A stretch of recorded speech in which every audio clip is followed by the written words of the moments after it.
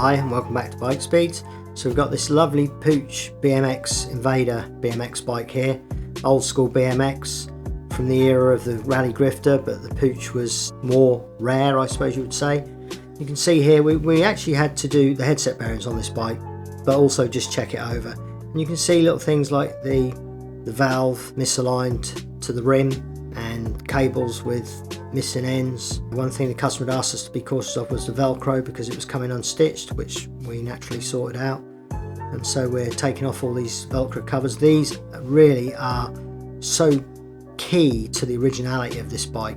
And with a service like this, and maybe just slightly detailing it, it's all about keeping this bike as original as possible. So I'm disconnecting the brakes without actually undoing the brake cables, and you can see here the headset is pretty shot. There was a lot of movement, and yeah, it was sticking when it was turning because the bearings had worn the outer races. We didn't replace the outer races because it's new old stock, and I didn't want to change anything from the original because this bike is never likely to be used. It's more of a showpiece and maybe, you know, an occasional ride up the shops. It's not going to be a daily rider. The outer races were quite marked and pitted, and so we took out the races you can see in my hand there, and we're actually going to replace those with balls so that you haven't got that metal race holding the balls in. They're going to be loose balls, so there'll actually be more of them, which means there'll be more support to the outer race that's damaged. So we're now greasing that outer race, and then we're dropping these ball bearings in here. You can see, so now there's no cage holding each of the bearings, which means you've got more balls in the race, so it supports it better. It's just a way of, when you've got poor races, to sort of support the bearings a little bit better. So now we're just cleaning up the inner race here, which screws down, and you could see that I had a job undoing that because the threads were a little bit grimy. So we're cleaning all the threads, and we cleaned the threads on the forks as well, and then when we actually come to put it back together, we're able to hand thread that on. So again, we use the grease to hold the balls, and a bit of patience and a bit of technique. You can see the difference there between the two, how many extra balls you get within the race there.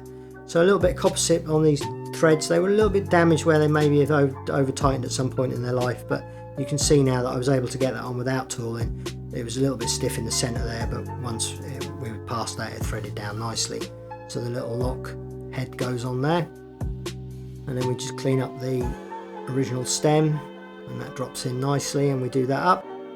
Yeah, when I do a service like this, I avoid as many new parts as possible. So you can see here now the left hand brake lever was free, but the right hand one was just sticking.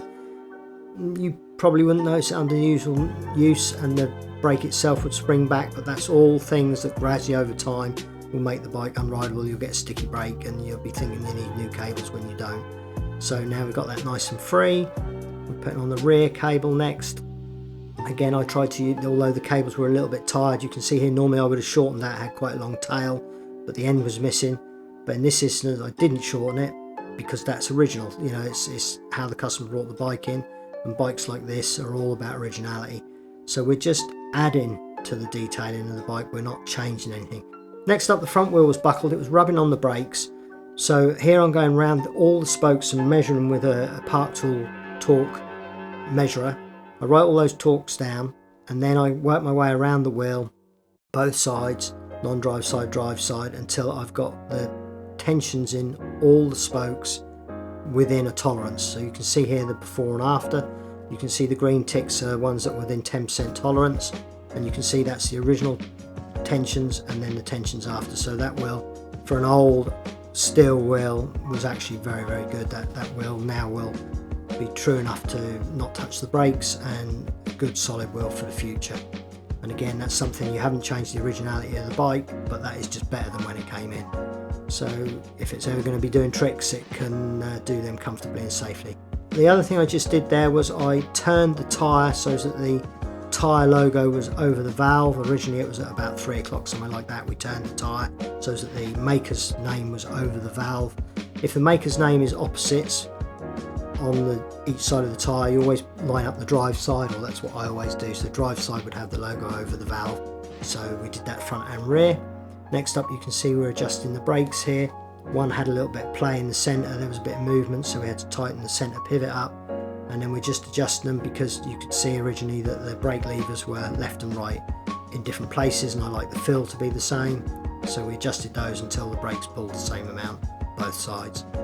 Now with these little covers, the customer was concerned that we were going to just rip these off and damage that Velcro, but rather than that we cautiously took them off and we restitched the ends on all pieces of the Velcro where it was off, so that it then sits nice and tight and for the future is okay to be pulled on and off if needed. So next up we just go over the whole bike with a spanner. We don't use torque wrench on these kind of things, we only used it on the pedals here because these old sort of bikes are actually done probably better by feel than by a specific torque. It's not like modern bikes with aluminiums and carbons and things, they're slightly different. And then we had a bit of sticky residue on one of these logo stickers here, so we just polished that off. Again, it's an attention to detail that doesn't detract from the originality of the bike, but just brings it that little bit sharper for the next few years of its life. And back on go the covers, and you can see this bike is looking real nice now. We've done subtle improvements to this bike that the customer probably wouldn't even notice, but it will just present much nicer. So here's the before and afters. Please like and subscribe to the channel, and thanks for watching. We'll see you next week.